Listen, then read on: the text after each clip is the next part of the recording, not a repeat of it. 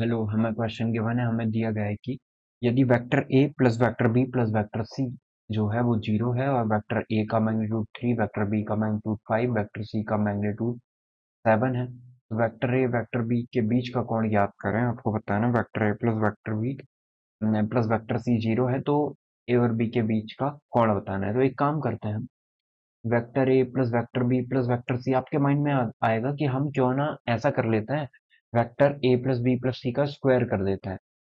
तो वो तो मैग्नीट्यूड का स्क्वायर बन जाएगा। ठीक है, और वो जीरो लिख देंगे हम।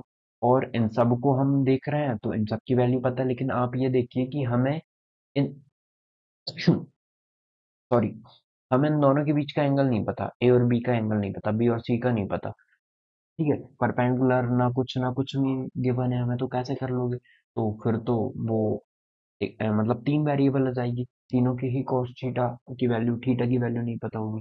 मतलब ये इन दोनों के बीच का एंगल थीटा वन, इन दोनों के थीटा टू, और ए और सी के बीच में थीटा थ्री, तीनों अलग अलग एंगल हो जाएंगे। एक काम करते हैं, इस सब से बचना है तो हमें ए और बी इक्वल टू में माइनस सी कर देते हैं। अब स्क्वायर कर दो, तो अब इजीली ये सॉल्व कर लोगे आप लोग। तो अब स्क्वायर करते हैं बोथ साइड में।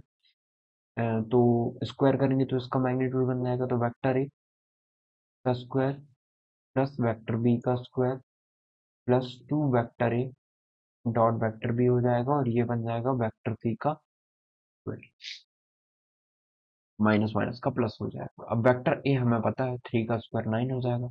वेक्टर बी का स्क्वायर मतलब 5 का स्क्वायर 25 हो जाएगा। 2 मल्टीप्लाई ए डॉट बी, तो ये कितना होगा? ये हो जाएगा magnitude of vector A magnitude of vector B, और इन दोनों के बीच का एंगल का कॉस कोसाइन कॉस थीटा, और सी का वेक्टर, तो ये आ जाएगा 49। तो ये हो जाएगा 25 और 9 हमारा, 2 वेक्टर्स, ये हो जाएगा 34। 34 को इस तरफ ले डालेंगे, 49 माइनस 34 कर देता है, और ये आ जाएगा हमारे पास 2 वेक्टर ए कितना 3 है, और वेक्टर बी कितना है 5 है।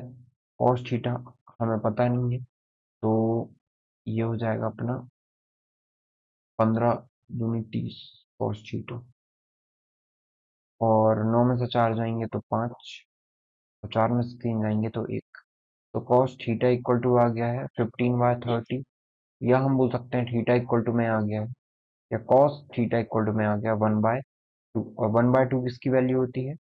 ये हो जाती है 30 की, 60 की value, cos pi by T की वैल्यू हो जाती है। तो थीटा की वैल्यू कितनी आ जाएगी? पाई/3, और यही हमें बताना था। ठीक है, तो क्वेश्चन 4 का जो करेक्ट आंसर है वो हो जाएगा आपका पाई/3।